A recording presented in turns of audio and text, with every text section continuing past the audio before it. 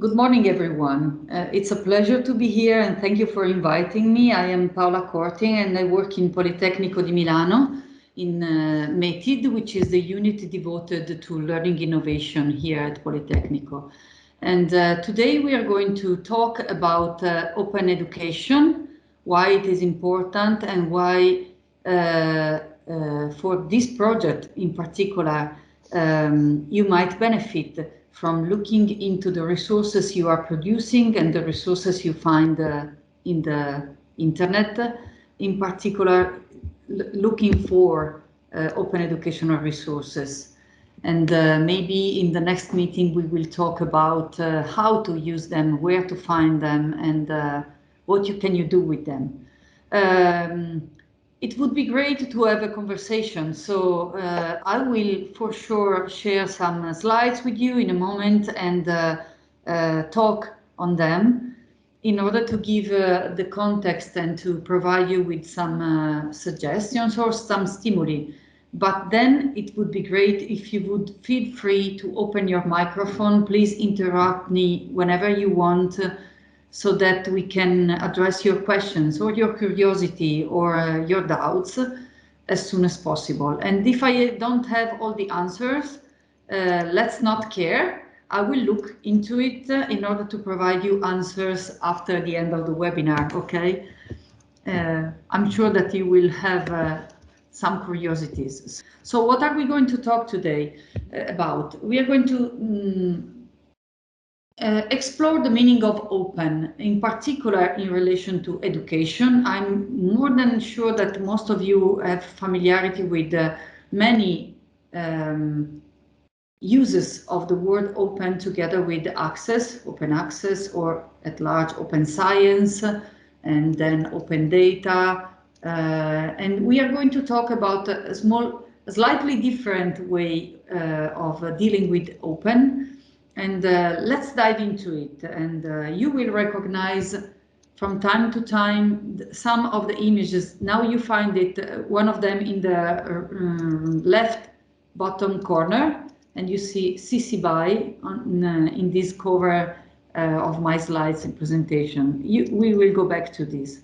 And also I ask you to have a very, very quick look to the link that I put in the right corner, bottom corner, where you see the name of an image with a link on it, and the name of the author of this image and the source of where the image is, okay? And this is something that we will find and we will discover together in the whole presentation, and we will look into it next time also from a practical perspective. But if you have questions, just go ahead. Okay, let's start. So what are we going to look at today? We are going to discuss about the definition of open education, open educational resources, and open educational practices. This is the vocabulary, the basics that we need to have in order to talk properly about open education. But then we are going to frame the open education goals at university level. Why is open education important? How can universities and all the stakeholders that are working and learning in a university context benefit from open education? And maybe also go beyond that and talk about the importance of open education for citizens at large. We are going to acquire the basic knowledge about open licenses. One of them was in the cover page, the CC BY image you saw in the left bottom corner. There are more than one. And then we are going to identify some strengths and weaknesses at high level. And mainly that's what I'm going to ask you. And it is not important that you have a previous knowledge about open education or you are completely new in the field, because your perception is what matters in order to move forward. So let's start there. So let's start really at a high level. The word open is not in the picture at this level, okay? we talk about education at large, and education is basically sharing knowledge, sharing competences, sharing feedback, sharing critiques also, and sharing encouragement. And it's a dialogue, a communication process that goes from the teacher to the learners and then back to the teachers, okay? It's a two-way relationship. This is nothing new for all of you. I'm more than sure that you are all very familiar with this at this stage. And classroom activities and question and answer sessions for individual activities, exams, comment, integration, stimuli from different perspectives can be part of this bubble that we are moving into and that we are exploring today. And again, have a look at the image that you see on the left, and in the right bottom of this slide, you see again some wordings that are referring you to some of the images that you see here, okay? Later, when those slides are going to be shared with you, you can explore those links and you will find the sources for those images. The couple of images that you see here used to identify the teachers and the learners, they come from the known project, which is released under CC BY 3.0 license, and the image of the person with the how do you call this in English? I don't remember the word for this. This instrument that makes your voice louder. I don't remember the word. Anyway. Thank you. Thank you very much. So this person with a loudspeaker in their hands, okay? And it's, oh, you see, it's a megaphone also. It's also another name. I should have looked at my own quotation at the bottom of the page. Anyway, as you can easily see, these are references that you see are referring directly to those images, and those images are all shared with an open license. And let's go back to this later on. So back to our discussion start about education, that is sharing. When we look into sharing, actually we have a multi-level communication process.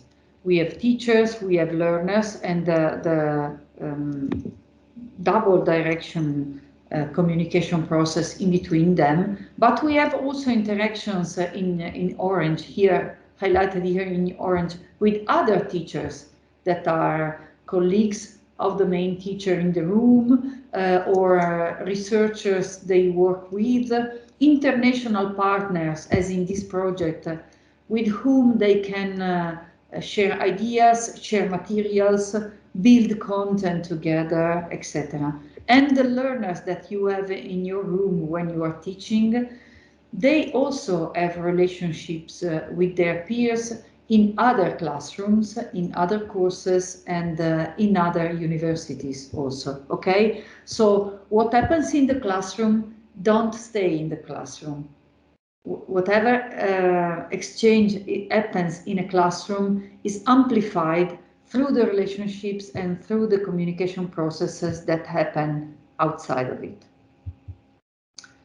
So what happens if we don't have sharing opportunities? If we delete all the arrows that here you see them in gray, there is no communication and then no education. No sharing means no education, okay? And this is key to our talk today about open education. So let me ask you a first question. And please open your microphone and try giving your answer, or also use the chat, and then maybe Francesca or Elena will read out loud. What can you share without losing it? Is there anything in your mind that you can actually share without losing that thing?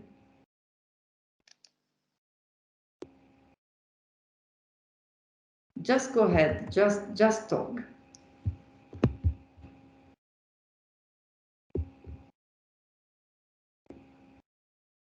Take a moment, think about it. Is there anything that you can share with others without losing it?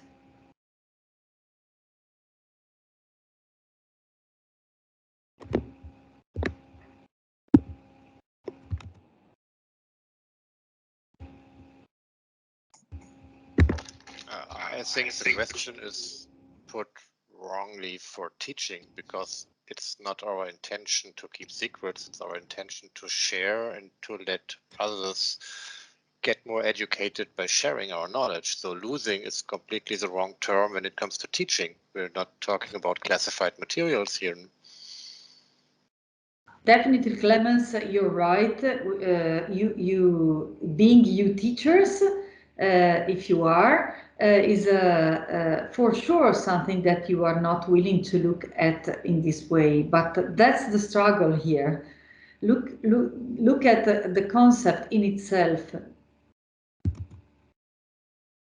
there anything that you can share without losing it? I see that someone in the chat wrote, Roberta wrote, knowledge.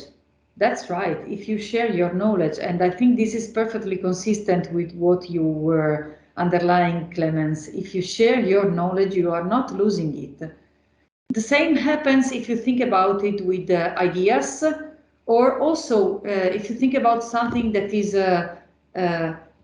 more in the everyday perception of people. If you light a fire, if you light a candle using a fire and you want to use that candle to light another one, you can share the fire with another person who is holding a candle without losing your fire, right? So there are things also in our everyday experience that allow us to share without losing. Is there anything that you can't share without losing it? Again, think also about your everyday experience, not only in abstract, okay?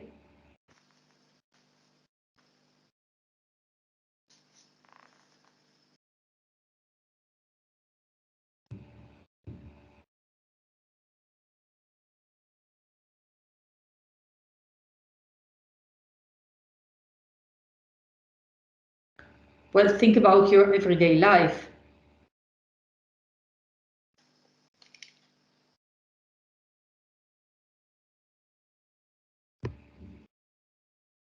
I see that someone is writing in the chat, but you can also open your microphone, please feel free. Well, time, it's an interesting suggestion, Roberta, very sensitive. Thank you for raising this, because for sure you can share your time with someone, and in a way it depends on what you do with your time together, right? Because it might be that this time in the end you feel that you lost it, or on the contrary, it might enhance your opportunities to grow and to create and to share more in the future. So thank you for highlighting this. But if you also think on in really your everyday activities, think about a piece of bread. If you share a piece of bread, the part of bread that you share with someone else is in someone else's stomach in the end, not in yours, okay? And if you share a chair with someone, either you sit in a corner of the same chair or you lose your seat, okay?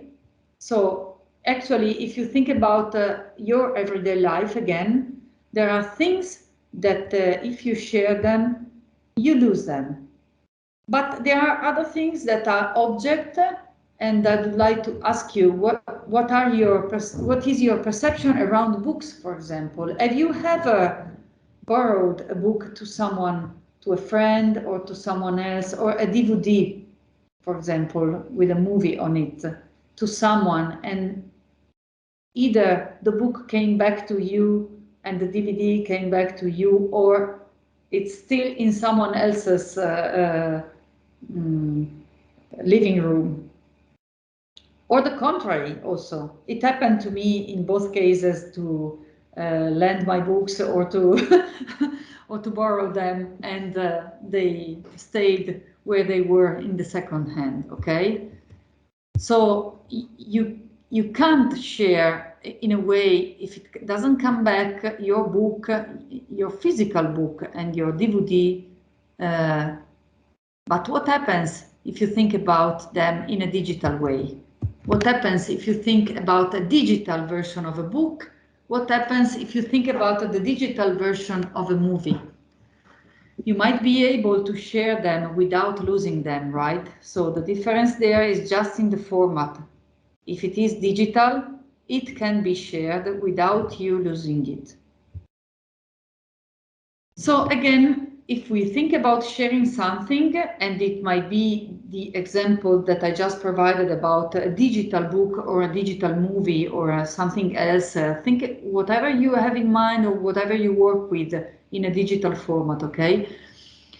If it is digital, in a way, it is also accessible, okay? But is it open also?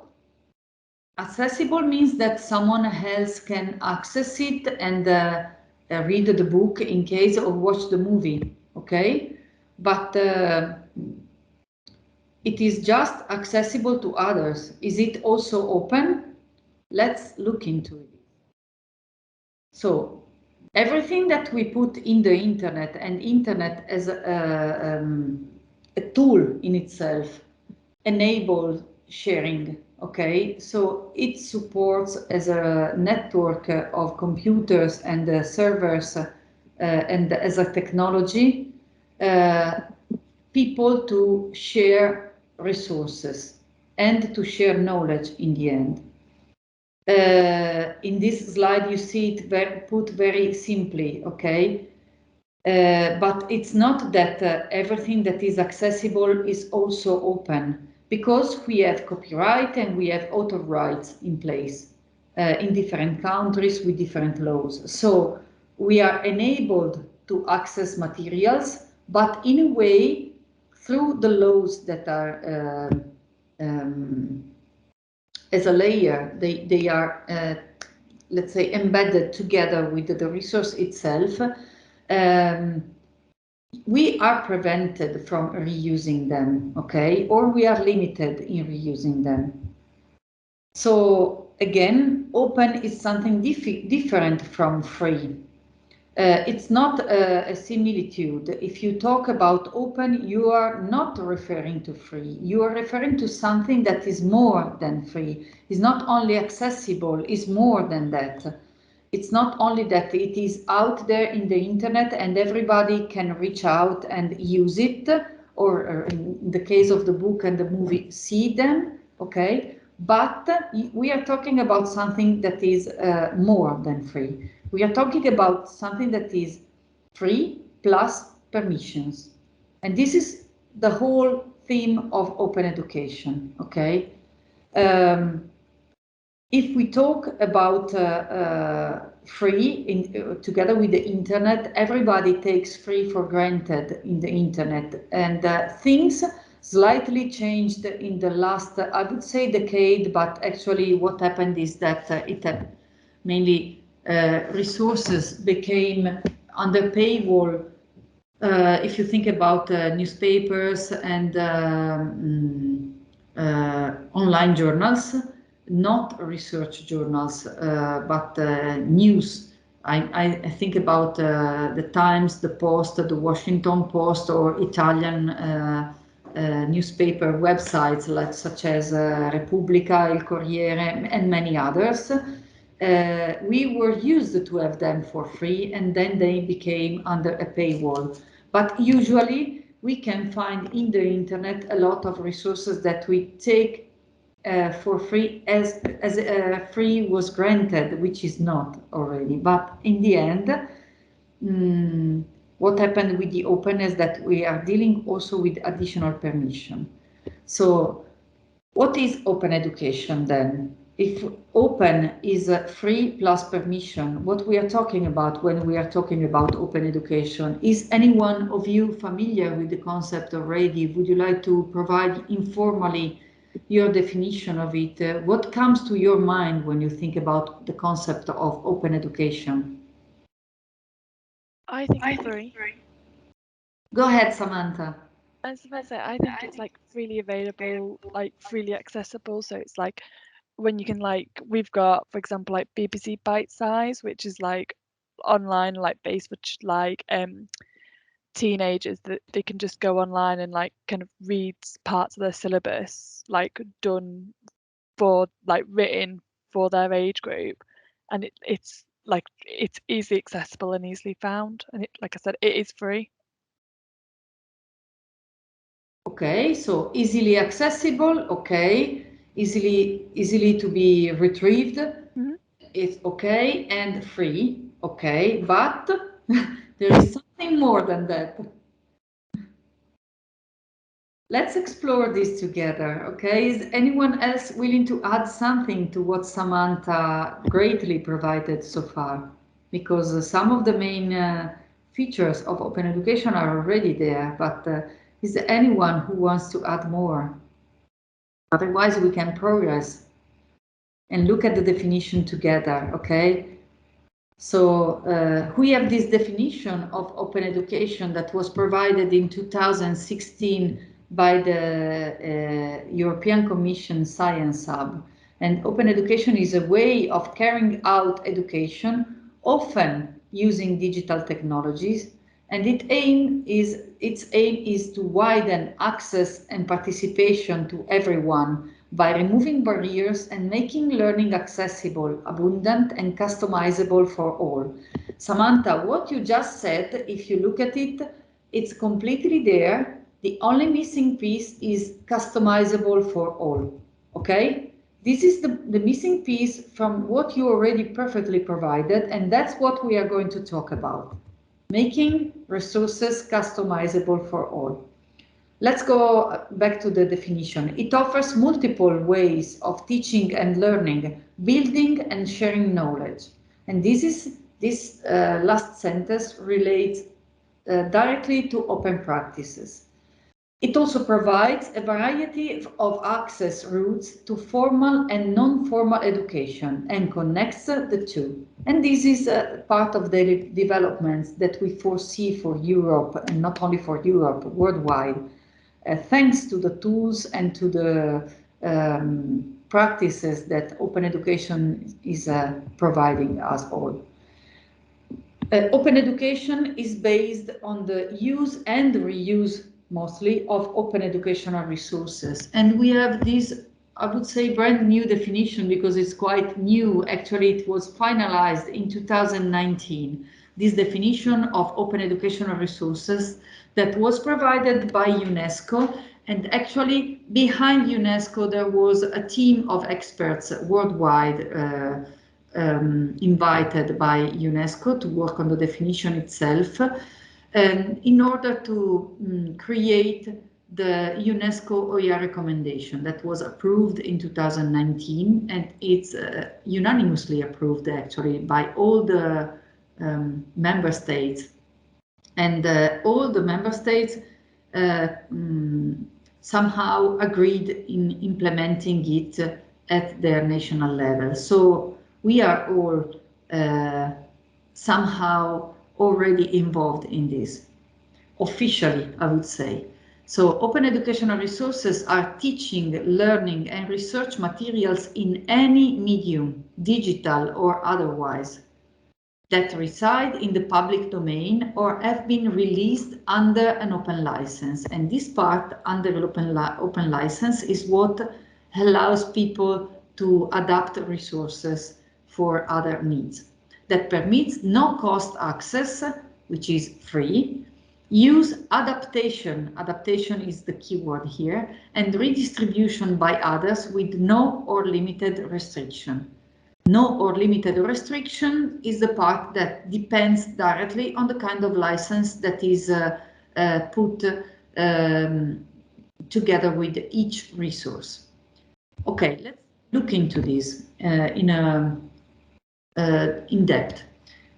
So When we talk about open educational resources, we refer to these 5 R's model. These are the actions that we are allowed to do when dealing with the resources that are designed to be educational, so they are meant to support learners in order for them to become able to do something else, okay? It can be knowledge, it can be practical activity, it can be a behavior that we want them to be able to reproduce, okay?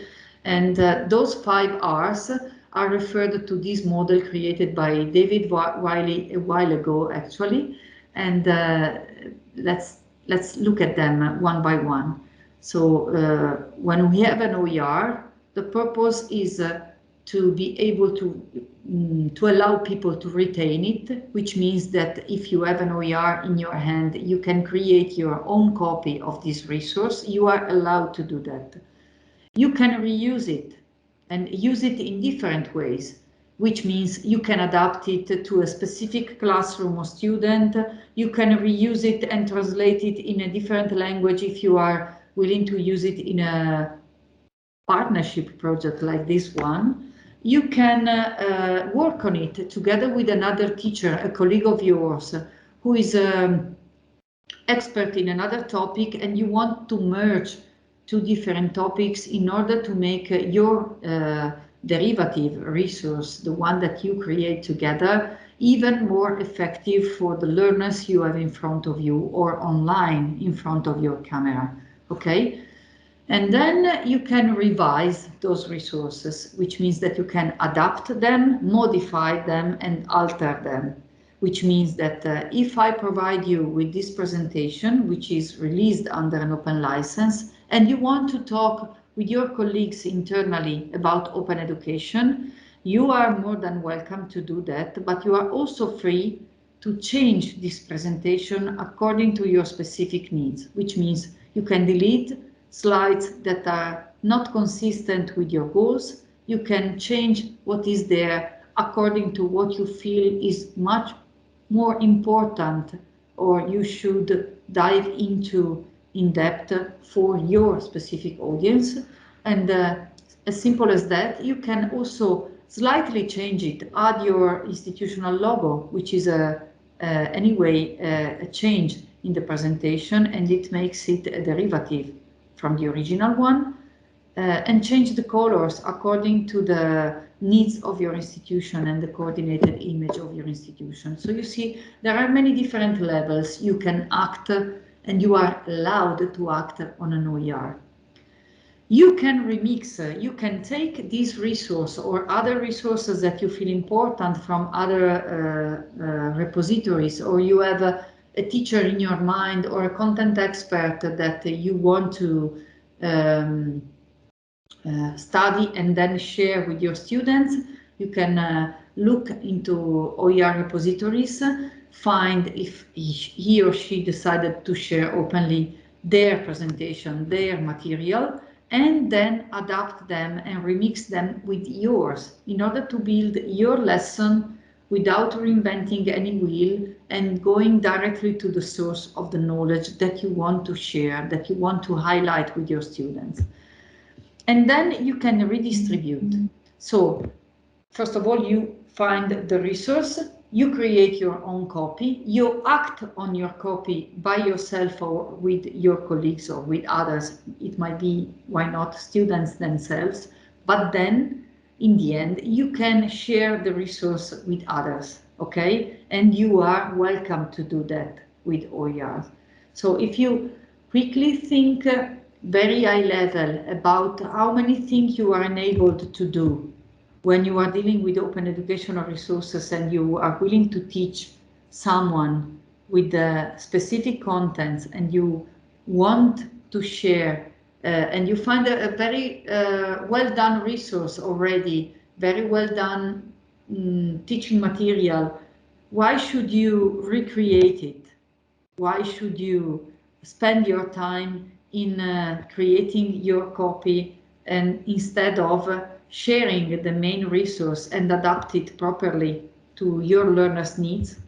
This might allow you to make the most out of your time, okay? And also let the resource become more and more consistent, more with the learning outcomes that are expected. And also, why not share it back, because the authors might be interested in knowing what you are doing with their materials and might be willing to enhance their own version with your contribution.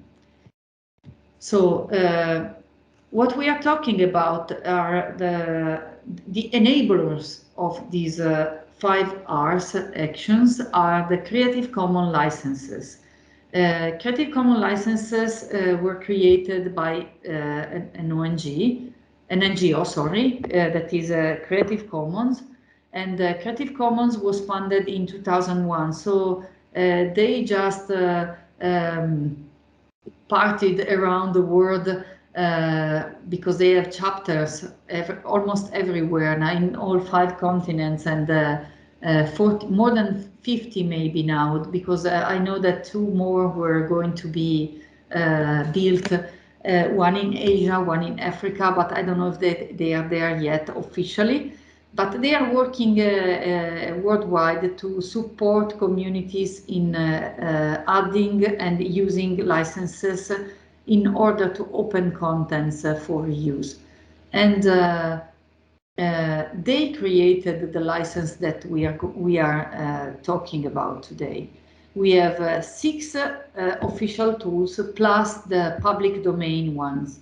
And you might be familiar with those images already. I don't know if you are. Are you? Is anyone familiar with the CC licenses?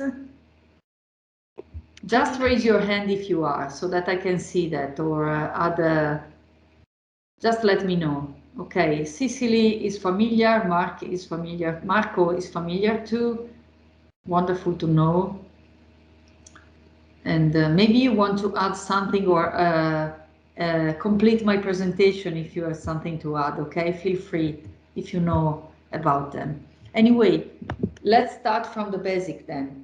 We have those 6 licenses, which are very easy to be recognized, because those images that you see here on the left side of the screen are always somewhere in the openly shared resources. One of them, okay, just one. And the tools that you see, the deeds, sorry, that you see on the right side of this same slide, the CC public domain deeds, they are meant to identify, just to make it more visible that a resource is in the public domain, or the meaning is the same, okay? CC0 is the first, the bottom, the top deed, and the C with a line on it, it has the same meaning. It means the cancelled copyright in a way, okay? And the CC0, which is on top, means that there is no copyright again, okay? So the meaning of those 2 images is the same, and historically they were originated differently, but you don't need to dive into this now. It's just important that you can recognize them, and if you find those images of the public domain, you know that you can do whatever you want with the resource that you find. You can also find ways to sell something with this resource on it, okay? So imagine how far you can go. With the other licenses, there are some limitations, and we are going to look at this now. So first of all, not all of them are meant to be connected or used as for educational resources that are meant to be open, okay? Only the first 4, including also public domain, okay? Because with public domain you can do whatever you want, so you have absolute freedom. You have less freedom at the bottom of these slides when you see the last 2 licenses, and both of them has this symbol with the equal in the middle and this ND written behind it. ND means non-derivative. Non-derivative means that you are not allowed to create a derivative educational resource and share it with others. You are allowed to do something, and we will see it in a moment, but you can't share the resource with others then, okay? So it's becoming more complex, isn't it? We have more than one license, we don't know how to use them yet, but this is the very basic level of open education. That's why we are talking about this today. And please feel comfortable to interrupt me and to ask questions, but also be reassured that it's not as complex as it seems. And also you will get used to it in a moment. So as soon as you familiarize with the licenses, most of the work is done, okay? Let's see. So if we talk about educational resources, the ER in OER, the O, which meaning is open, is thanks to Creative Commons licenses, okay? Are there other licenses? Yes, there were other licenses, mostly in the past, but Creative Commons licenses are now the standard, and also because they are the easiest to be used and the easiest to share, and also even if some legal tricks are still there and they're going to be solved soon, they are the best to work with different legal scenarios at local level. So, as I said in a moment ago, we had the UNESCO OER recommendation in place now, which means that not only we are allowed to work with OER in the teaching and learning scenario, but we are strongly encouraged to do that. And somehow member states decided that this should be a priority. And this links pretty well with the Sustainable Development Goal number 4, which is quality education for all. Okay, so it's easy for you to see the link. Are you familiar with the SDGs, maybe? The Sustainable Development Goals of UNESCO. There are 17 of them, and one of them, the fourth, is about quality education for all. If you think about what we are talking about with open licensing, well, the link is immediately recognizable. So why are we talking about open educational resources in this context? Because educational resources funded with public fundings, which means that are paid through public money, should be released with an open license by default. And that's the direction that the European Commission is taking already, okay? Because all Erasmus Plus outcomes, and now some of the Horizon program outcomes are meant to be open by default because it's something that is required by the European Commission. This is quite interesting to be seen, and it's enhancing the open education agenda rapidly.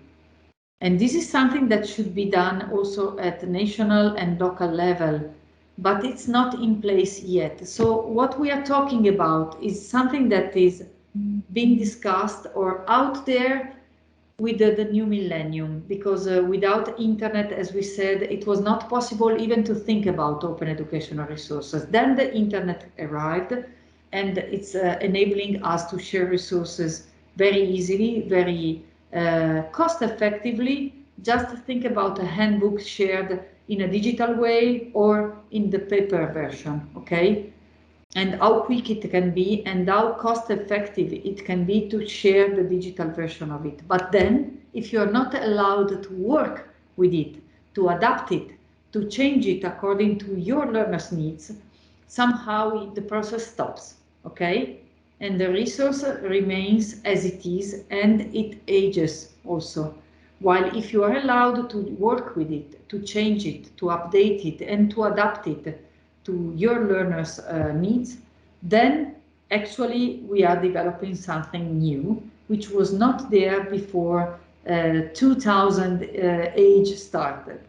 And that's pretty amazing because of the progress that we made in the open education area in the last 20 years are incredible, but it's an ongoing process. And as I said, weaknesses are still there together with strengths. We are going to highlight them. So if we go back for a moment to the open scenario, where do we position open education? This is an adaptation of a resource scheme that I find very useful myself in order to always understand where am I when I am working in the open education, when I am working with other people's OER, or when I'm sharing my own resources as an OER. There are some overlaps in between open education and open science, but they are mainly two different things. The place where resources are shared is in between the OER part of the image, if you look at this. Because sometimes, if you think about it, having open access resources and having data to be reused and to be studied in a classroom, discussed with students, together with questions, together with, why not, an assessment, together, why not, with a final exam. And those second part, exercises, other resources and exams, are not part of the open data, right? They are mainly educational resources. Those parts can be shared with other teachers and other students openly with a license. There are other overlaps here that, if you want, we can explore moving forward today, but also when we meet next time, if you're interested, and we can look into open practices and how they refer to OER, and we can discuss about open practices as completely separated from OER in themselves or not. And this would be some of the question marks that I would be happy to put on your tables if you are interested. But just to give you a first overview, this is a very high bird eye view, okay, on the open scenario, and like a stimulus to support you in thinking about all the different opens that might be in your everyday practice if you want to discuss about this. So we have different kind of resources and also different kind of permissions. If we think about the type of educational materials, if we have an open educational resource, it will have an open license, it will be available for free, and it will be also modifiable by you and by others. If we have a free online resource, and here you see the difference between free and open again, which means that you have a copyright protected resource that is out there in the internet and you can access it, but it's not released with an open license. You have it for free, but you are not allowed to modify it. You have to ask for permission. And let me be clear on this. It doesn't mean that if you find a very interesting resource that is released under copyright or author's right and doesn't have an open license, you are not allowed to use it in any way. You can contact the author, you can tell the author, I am interested in this resource and I want to reuse it, okay? And the author is allowed to give you a specific permission for the kind of reuse that you are going to do, okay? So don't limit yourself, go ahead and ask if you are interested in using something. But if you find a resource that is released openly with an open license, you don't need to contact the author because the license in itself will let you know immediately what are the permissions that the author decided to give you without even contacting him or her, okay? And if you want a different permission which goes beyond what is in the license, you can go back to what I just said. You can still contact the author and ask for an enlargement of this permission specifically for your project. So just look at the licenses as something that enable and fasten the process of reuse of resources, okay, and doesn't prevent people to reuse resources by themselves, but frees the author or the authors to be contacted all the time because they don't need to. They already provided the permissions they want people to have according to their resources, okay? If we go at the bottom of this slide, we have open access papers, articles, and monographies, which are already shared with an open license and available for free. But then, are they modifiable? Actually, it depends on the license. It often happens that open access papers, articles, and monographies are released with an ND license, which means non-derivative, which means no permission to modify them. Let's introduce now the concept of open educational practice, and then we will go back to the licenses and dive into them if you don't have questions. But if you do, please interrupt me again, okay? And feel free to do so. What are we talking about when we are talking about open education practices? We are talking about something that puts together OER and open pedagogies. So we have an open educational resource. It's a resource, okay? It might be a slide, video, a slide deck, a video, I don't know, an exercise, a list of exercises, an exam, an audio file, an episode of a podcast, okay? Meant to be educational, of course. All those are resources in themselves. But then we have open pedagogies. Open pedagogy, what are open pedagogies? Are, again, pedagogies, which means teaching and learning strategies that talk about how effective a learning experience can be and how to make it even more effective through some strategies, okay, that work in accordance to how we learn and our brain works and our abilities to make the most out of learning experiences. So if we put together those strategies, those pedagogies with open educational resources, then we can have open educational practices, which are collaborative practices that include the creation, the use and reuse of OER, as well as pedagogical practices employing participatory technologies and social networks for interaction, peer learning, knowledge creation, and empowerment of learners. If you look at these without the word open, you might recognize active learning here, right? Because we are talking about making the most out of learners' interaction and peer learning and exchanges of knowledge through media that enable these kind of activities, okay?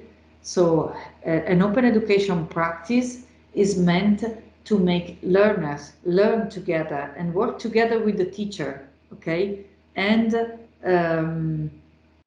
support them in enhancing the learner's achievement of intended learning outcomes. We have a question from Samantha. Does YouTube have a blanket license or is it video dependent? What do you mean with blanket license, Samantha? I was meaning, so like, say if I did a presentation and I quote it, like I used a video as part of that is available on YouTube. Is there like, YouTube has like a status saying that you can use, like you're welcome to use any videos that are hosted on the site? As in, like, do you know when you publish something, you kind of you sign like a copyright tick box to say yes, I'm like giving this article to a publisher. I was wondering, is it quite similar, as in, do you tick something when you upload a video to YouTube to say yes, anyone can access this video now and YouTube owns the rights, as it were? Or does it mean like you have to go in and ask like each video supplier, like, can I use your video?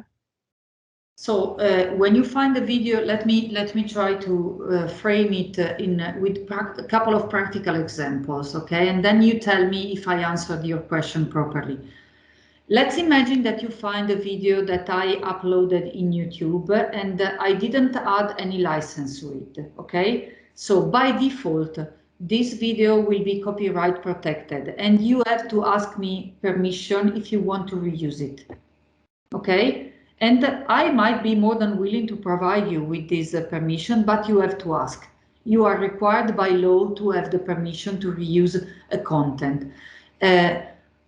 If you want to reuse the video and embed it into your video, for example, or if you want to reuse part of this video, if you are willing just to add the link to my video where I uploaded it, you don't need to ask me anything.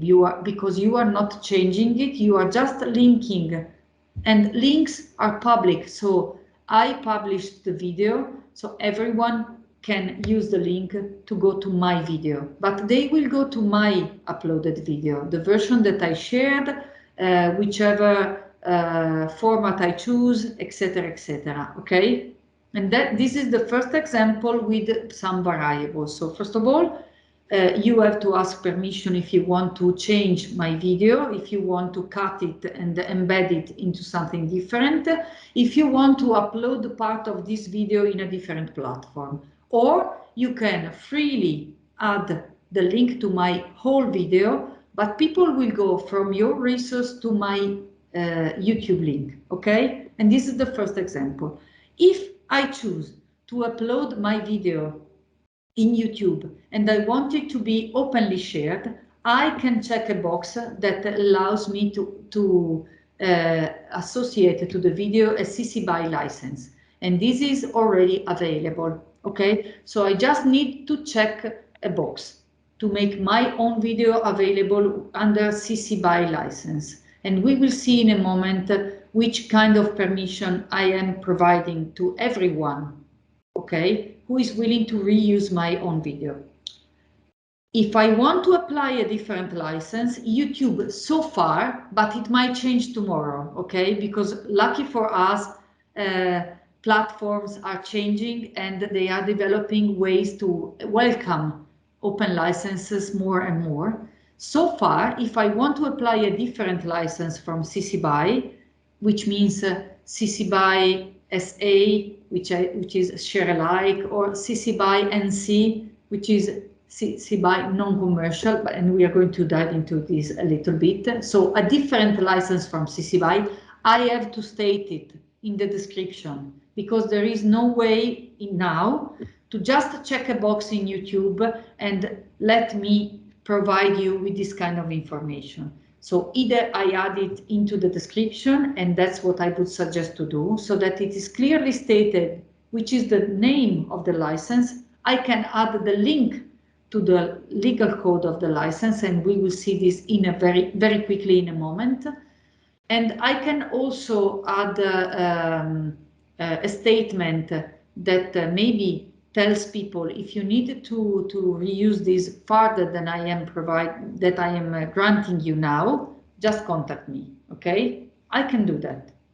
I can also, why not, add a final slide to my video with the deed in it, but people won't be able to click on the deed and go and see which is the legal code behind the license. That's why I was suggesting to add the license in the description, because there in the description I can add the link to the legal code, okay? As I did, let me go back very quickly.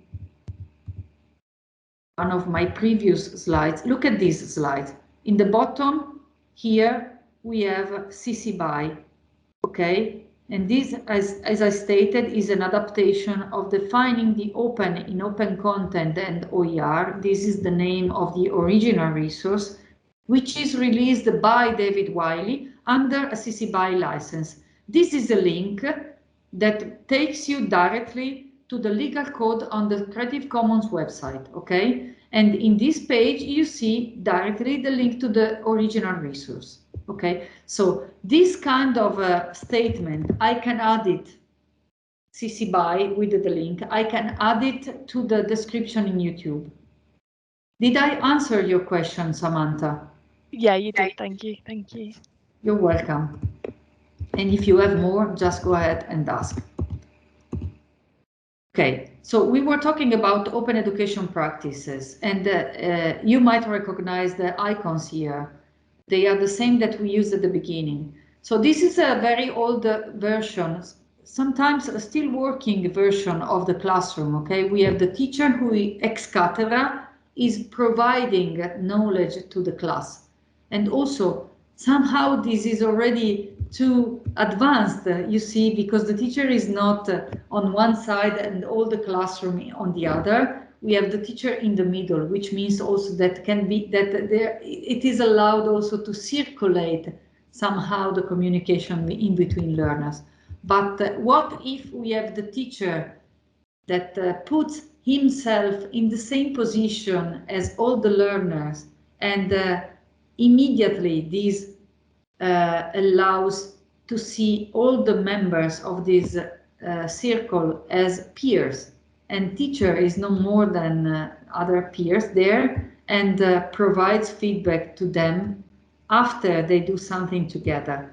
This is not open in itself. It can be also an active practice. This is not, I mean, this scenario here doesn't require anyone to be working in the open. Let's say that if we are working in the open and we are using open educational resources, the practices that come with it are open in themselves, okay? And they are very well keen to be active practices and to work on feedback as the key way that teachers use to provide insights to students who are the protagonists of their own learning path and are exchanging knowledge in between themselves. What can you do with OER in this kind of scenario? You can use an OER, put it in the middle of the room, ask students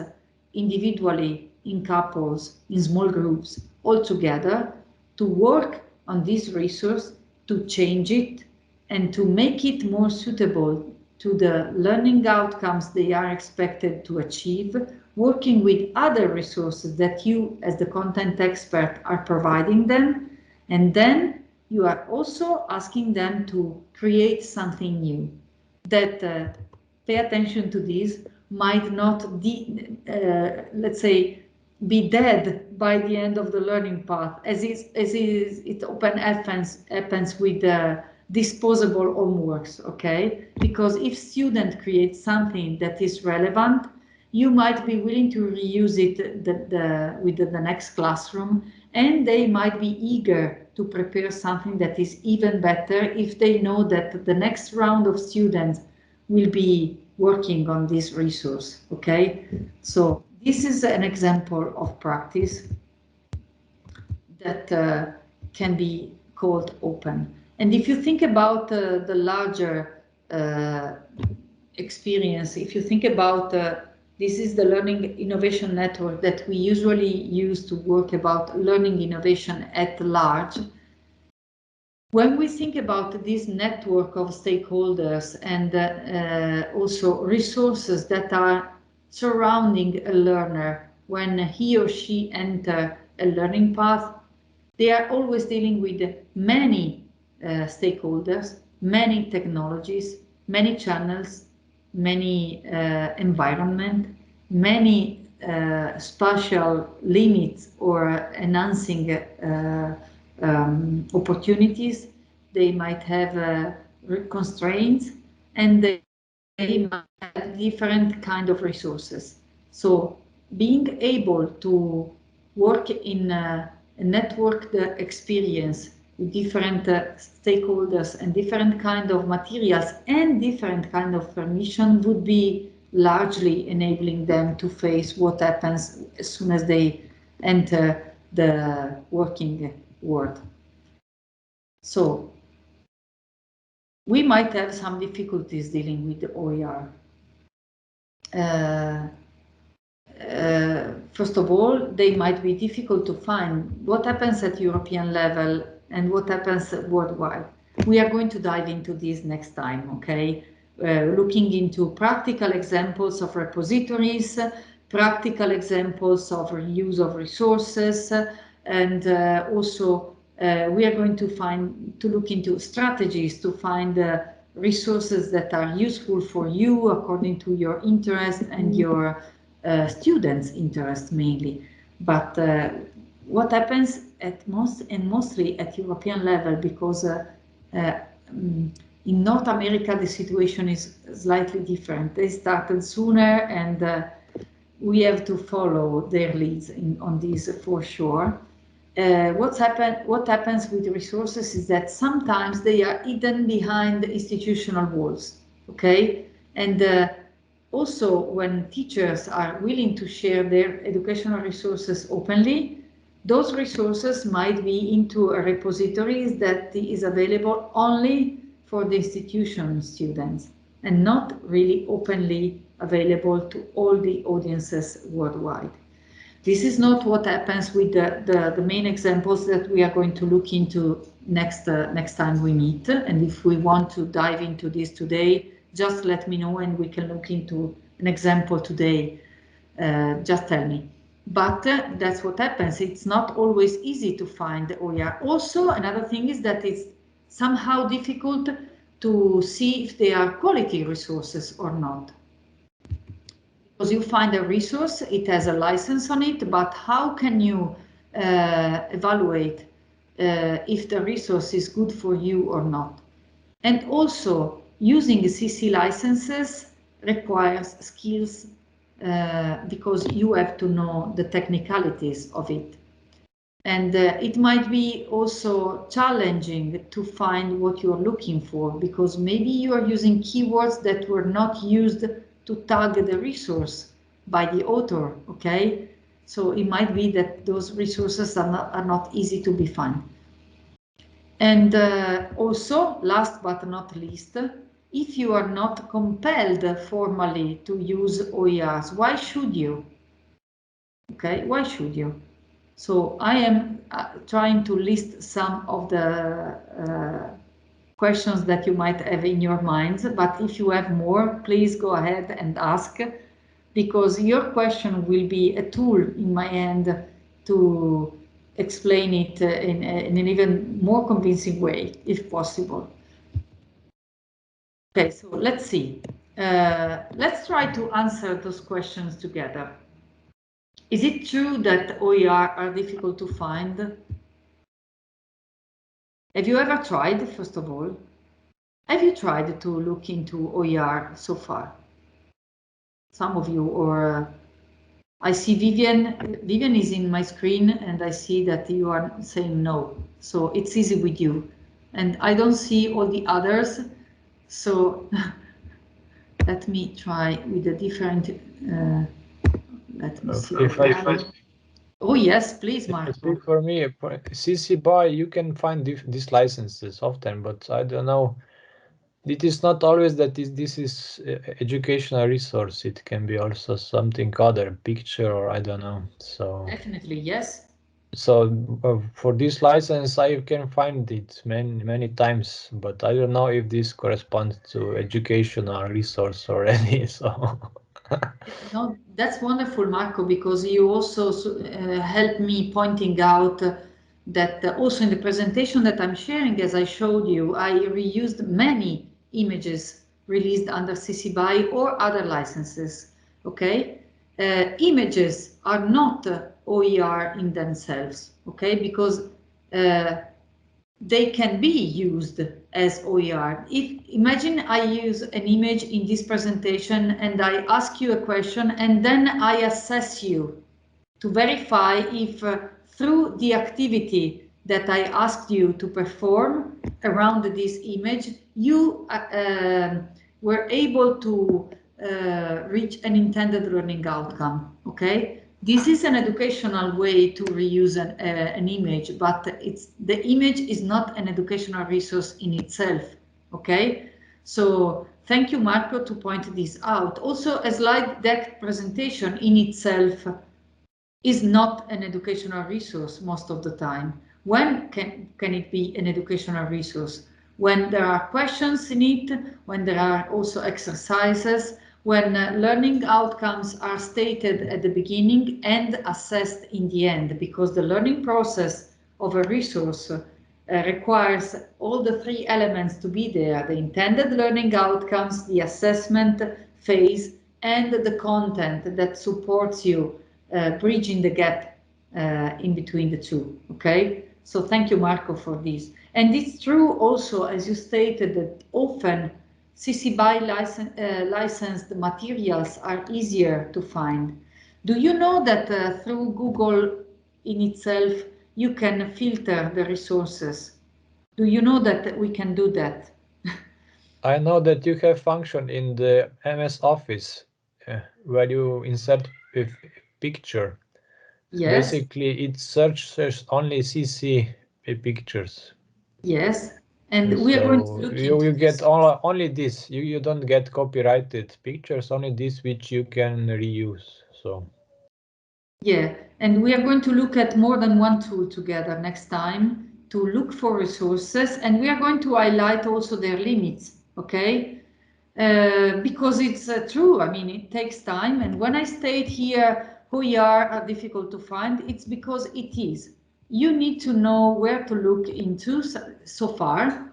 There are great opportunities in repositories to look for OER, but sometimes it is still difficult to find them. So it's better to know that in advance and to make some time around this search activity. But the second point, familiarizing with the CC licenses and mostly how to remix resources according to different licenses is not something immediate, but it's not difficult at all. We will look into this from a practical perspective next time, so that at the end of next meeting, you will be able to do that by yourself. And if you forget about it, you will have a tool in your hand, which was not created from me, but we use it quite largely whichever activity we do, also here in Politecnico, right, Francesca? When we create MOOCs, we have to remix content and put specific resources that teachers require us to remix in a video. That's what we do. We check at each time for the consistencies between licenses. Otherwise, we reach out to authors to ask for specific permissions. Or we find a different resource that is compatible with the others, looking into repositories. So we are going to look into this together, and it's not something that will stay difficult. It's just something that you have to look into, and then you will feel comfortable in using the tools. That's it. Is it challenging to find what I am looking for? Why should it be more difficult than with other kind of resources? It's just a license if you think about it, okay? You don't have to be nervous or frightened by the fact that now you are thinking about the open in front of educational resources. Whenever you've been looking for your resources, your contents, any kind of knowledge that you were interested into, you had to go through the same process, right? This part is not related to open educational resources. This part is related to educational resources at large.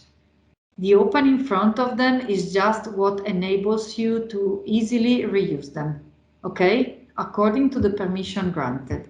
So the third difficulty here is a fake one, okay? You don't have to formally, it's okay. Nobody is compelled to do that formally, except in some, I would say, advanced, you might want to say old-fashioned institution in the Netherlands. There are some institutions that asked as a priority to their faculty to choose in between open educational resources and then look into the rest afterwards. So to prioritize open education. But the Netherlands have an open policy in place at the national level that brings together all the opens that we saw in one of my previous slides. And this supports the development of all the opens quite largely. So this is a specific scenario. We, in Italy, we are not compelled to prioritize open educational resource, and we are also not compelled to do that at a local level in our institution, in Politecnico, for example. So when we talk about open education with our faculty members, some of them are willing to give it a try, some others are not willing to so far, some others change their mind in time, because we advocated for open starting in 2016, and we saw some changes in the picture. So it's true, if you are not, if you don't have to formally, it takes time for you to learn how to manage the licenses. But do you see the advantages also behind this? If any, just think about the opportunities that this provides you together with other content experts around the world. If you reach out to a content expert who decided to share their resources openly, be sure that they will be more than willing to know about your feedback and receive your remixed or enhanced version back. Because they will be more than eager to know also if you find out errors or typos there, which is not something that usually happens with the resources that are not shared openly. And this is the basic layer, because then if you let the authors know, they might be willing to work with you in order to enhance the resource together. They might be willing for their student to join yours in an activity to work on the resources together and to create the next level. They might be willing to write together with you about your shared experiences, because the attitude of content experts who are sharing in the open is to continue sharing, and nobody, when sharing, believes that the resource will stay as it is. The meaning of sharing it is to let the resource have their own life and develop and be enhanced in time. Okay, so this is a completely different perspective. No one is releasing an open educational resource to make it stay as it is. And this goes definitely toward Sustainable Development Goals number 4. Ensure inclusive and equitable quality education and promote lifelong learning opportunities for all. If there is something that you would like to ask, to comment on, to share about the difficulties that you foresee starting from the scenario that we discussed today, or if there is anything that you on the other side see as transformative in this approach, and you might be willing to give it a try, to embrace it in order to enhance your opportunities to exchange with your peers and to build together with your students. Marco, please open your microphone. Go ahead. Thank you for a nice presentation. I would like to ask you, what about the quality of open educational resources? So how you can know this is with respect to the correctness of information or inclusiveness and so on. So how you can, do you have any idea how you can choose ones which is better, or how you know that which one is good or not? So. Wonderful question, Marco. First of all, by instinct, I would answer back with the same question in relation to the educational resources without the O in front of them. What about the quality of educational resources when you find them? You have to assess it. So first of all, rely on your skills as a content expert, as you do with any other resource you find interesting to consider in order to reuse it or not. Okay, it's the same. You have this opportunity on the other side to contact the author and to enhance the quality. If you find a resource, and it happened to me more than one, to be honest, I think that Francesca can confirm this too, they are not perfect. Also, my resources, when I share them, I try to do my best, but suddenly, immediately after sharing them, you find that typo, which makes an acronym wrong, or a concept not as you wanted it to, not as clear as you wanted it to be. Okay, it happens. It's human error, and this is the simplest example.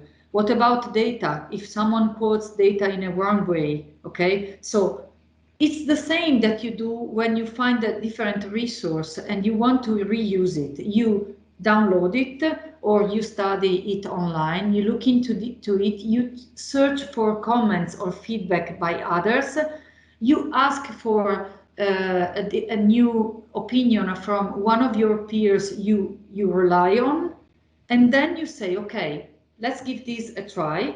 Then you use it and you find that there was a mistake. Okay? If it is openly shared, you can correct it, reuse it after correcting it, and then share it back and let the author know, I found this mistake. You might want to come up with a new version of it. And be sure that they will be grateful, as you might be if you receive this kind of feedback yourself. Okay? But then this becomes the opening door for a collaboration, more often than the contrary. Okay? Because the author will see that you paid attention, that you are willing to enhance the quality of the resource, and that you can enhance it together, because you already provided an enhancement. So it's true, but it's true with every resource you find out there, okay? So there's no difference. The difference comes after you find it, what you can do with it. Are you allowed to correct it? Are you allowed to enhance it? Yes, you are, okay? And you are welcome to do that also. Yeah, this is more from teacher perspective, but what from learner perspective, who is not knowledgeable about that, so they may not perceive that there is error or quality is wrong or... Wonderful, wonderful comment again. And again, I'm answering with a question. Why don't you try to provide them with not so well done resource? Why don't you provide students with that not so well done resource so that they are invited by you to correct it? First of all, to find the mistake, so they have to go in depth into it. Then to provide their suggestion to correct it, and then you are the content expert. You can provide your feedback, and this is an open practice in itself. They will be so eager to have found the resource from the great author elsewhere, or you as a teacher, okay? And then they will give you their solution, which is even better from the original material, and they will be eager to share it as a co-author somehow of the enhanced version, okay? Think about it, because mistakes can always be there. And even if the resource is not released under an open license, you might find a mistake, or your student might find a mistake in it. But if you have the opportunity to involve them in the process, they will be protagonists of their process, but also they will be upgraded, okay, as co-authors somehow of the better version of the resource. I think this might be even more rewarding compared to answering all the checkbox in the right place in the final quiz, right? And the next year student can reuse this enhanced version, and you might want to add a slide or two to create new errors for them to find, or take the chance to let them find the errors in another resource, so that the process is, in my course, we correct mistakes and we release resources which are better than before. Imagine that. Okay, thank you. You're welcome. Any other question or comment? First of all, are you comfortable with what we said? Because at the end of the day, what matters to me is that I succeeded at least in giving you an overview, providing you with the main definitions, and have you on board in being willing to know more about how to use those licenses and looking into the advantages, being aware of the struggles that you are going to face. I'm not selling anything here, you know. Thank you, Paola. Yes, I think that you reached these goals because the overview was very clear. And not only the overview, but also the implications, the consequences, the possibilities, and the difficulties. You said that in one of the last slide there was some possible difficulty, and you listed them very, very clear, because it is so. It is true that someone it is not so easy to say, okay, now I start sharing with a creative with a license, open a license. And I think that having with the opportunity to meet you again, I can collect some questions in Yes. the next week, so that, and we have another appointment with the sorry, the partners of the CINCH project, the last day of January 31st at the same hour. And in this case, in this during this meeting, we will analyze the resources produced during the CINCH project, so a lot of years. So perhaps this appointment, not perhaps, sure, this meeting will give us a clear idea about the resources we have. And on February 15, when we meet you again, perhaps we have some question about how, not why, because why we should understand, we should have understood today, but how to share this resource with open license, which license to choose, and perhaps we have some practical question for you. But please bring with you in the next meeting, we will have your practical needs. I mean, we have these 4 resources. Are we allowed to remix them? Are we how are we going to share? What do we risk sharing them? Is there anything that we should know in advance? Let's use your case, your practical needs as our case, okay? And also another invitation that I would strongly encourage you to come up with, if possible.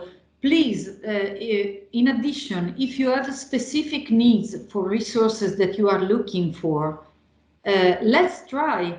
Let's see what happens, because it might be actually difficult to find them or extremely easy, okay? So let's see, because it can be different from content to content, from type of resource to type of resource. And let's use your case, your practical needs as our case to explore together, okay? Okay, thank you, Paola. So thank you.